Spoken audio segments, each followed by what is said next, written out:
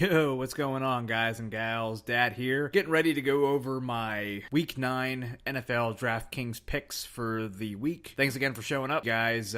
Checked out my recap from Week 8. Did really well. I ended up in the green, cashed in pretty nicely.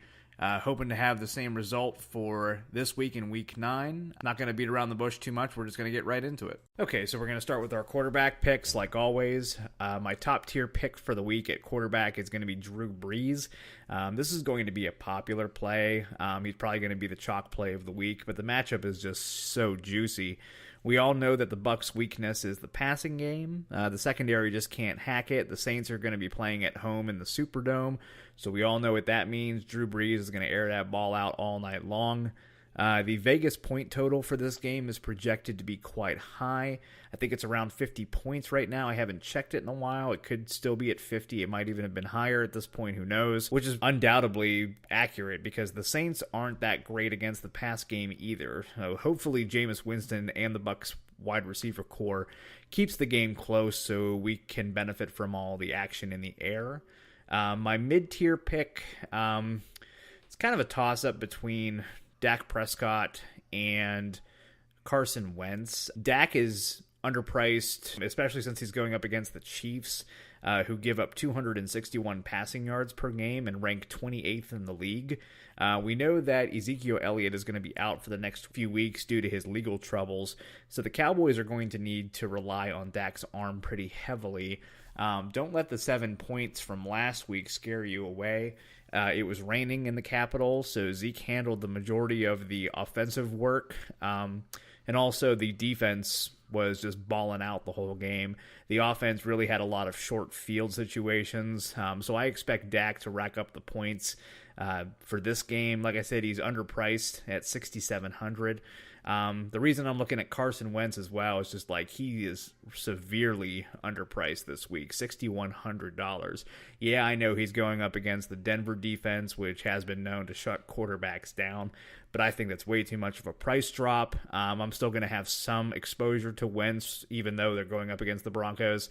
We'll just have to wait and see what happens on that front.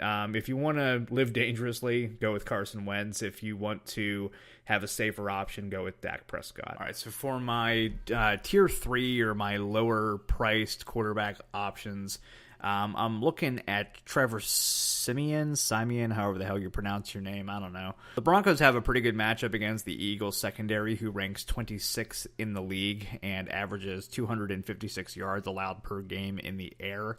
The only issue is whether or not Simeon, I don't even know. I was going to call him S. Is going to actually play. We have no idea if he's actually going to play in this game. The Broncos have lost 3 games in a row in the past 3 weeks. His touchdown to interception ratio is 2-6, which is awful. Paxton Lynch and Brock Osweiler might get the start. This is a risky play, but could be worth it. If you really want to roll the dice, Blake Bortles is also at $4,700. Yeah, we know that Fournette is still questionable, even after sitting out Week 7 and having a bye last week.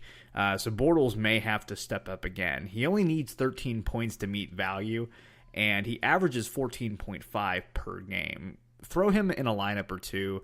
He'll be low owned in a GPP tournament. He could be a difference maker. Okay, so for running backs this week, already talked about Ezekiel Elliott being out for the week. So Kareem Hunt is the number 1 top tier option at running back for me this week. He has a favorable matchup against the Cowboys' weak run defense, and he also sees a good amount of targets from Alex Smith when he checks down. More people are probably going to be on Gurley or Ingram, so if you can afford to pay up for Kareem Hunt, you should be in a pretty good position. He averages 22 DraftKings points per game, so he's always a good play. Not much else to say about him. My mid-tier choice, I'm looking at Lamar Miller. Now, some of you are probably wondering, what about Kamara?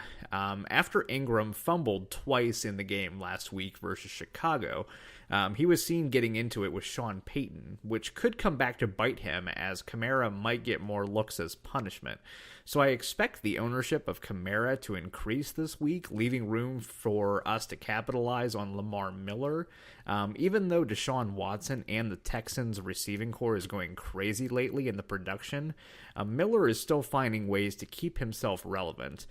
With Will Fuller and DeAndre Hopkins demanding the most attention on the field, and rightly so, it should leave Miller with plenty of opportunities, especially in the Texans blow out the Colts. The Colts' run defense ranks second worst in the league, and they give up 116 yards per game. I expect Miller to break away quite a few times and really rack up those points. So when it comes to Kamara or Miller, obviously I like Kamara a little bit more because of the matchup and his catch rate in PPR. But I'm really into GPP tournaments, so I'm looking for lower owned options. So I think I'm going to go with Lamar Miller. Let's see here. For a lower priced running back, Adrian Peterson is pretty much a lock this week. We all know that Carson Palmer went down and out with a broken left arm last week. The Cardinals are going to need to rely heavily on Peterson. The San Francisco 49ers did well against the Eagles last week and are most likely preparing for Peterson and the power run scheme from Arizona's offense. So this is a risky play, but we know that Peterson is going to get a lot of touches, so it's worth the risk.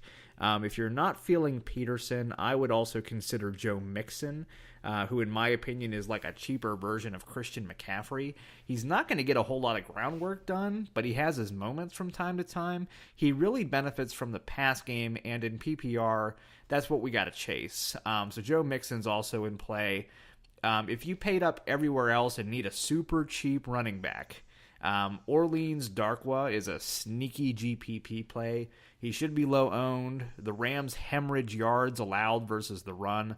Plus, he'll get you some catches in the backfield. I'd give him a shot. Okay, so for wide receivers this week, my top play of the week is going to be Michael Thomas. You can double stack with Ted Ginn Jr. for some extra power.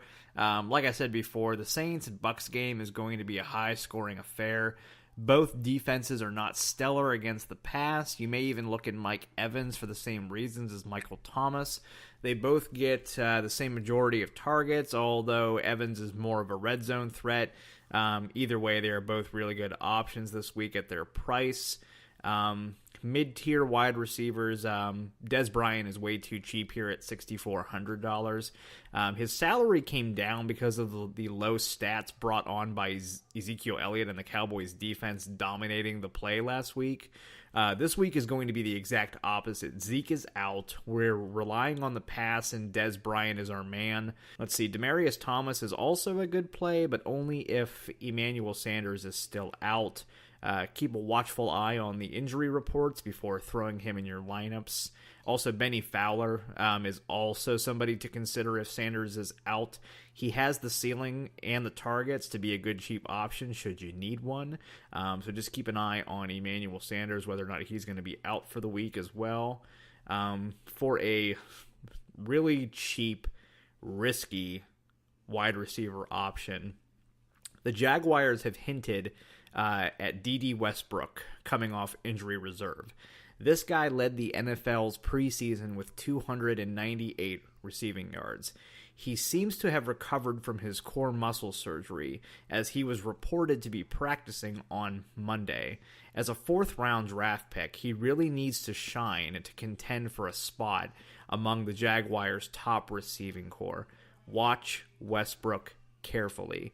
If he plays, put him in your lineup. You can even stack him with Blake Bortles if you're feeling really, really lucky. We'll just have to wait and see what happens, but if Westbrook does play, I really like him. I'm going to put him in quite a few lineups. So just keep an eye on him. Okay, moving on to tight ends.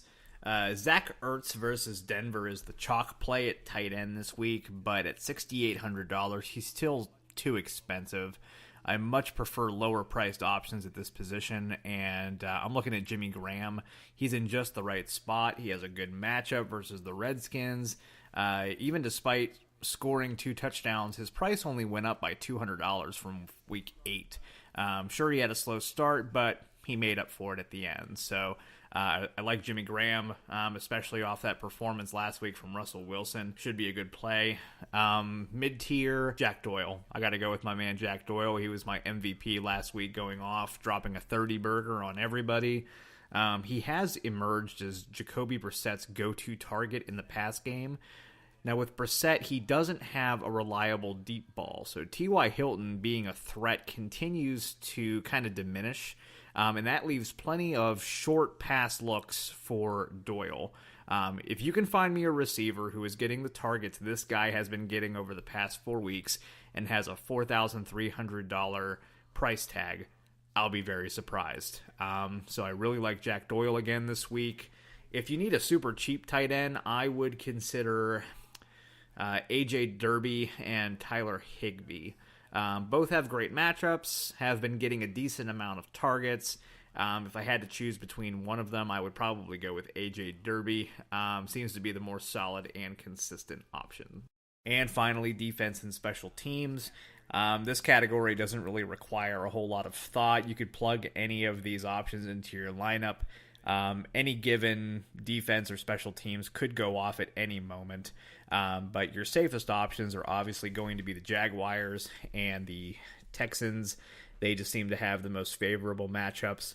But if you do need a cheaper option at this category, I would have to recommend the Panthers. They're going up against the Falcons, whose offense has been struggling this year. Pass rush for the Panthers have been pretty good this year. They tend to get to the quarterback a lot. So yeah, if I had to pick one for a lower priced option, I'd have to go with the Panthers. All right, and that's going to do it for my NFL DraftKings Week 9 picks. Hope you guys enjoyed the video. If you like what you're seeing, if you made it to the end of the video, go ahead and smash that thumbs up button. Subscribe, turn on the notifications by hitting the bell next to the subscribe button so you know when my videos are going up.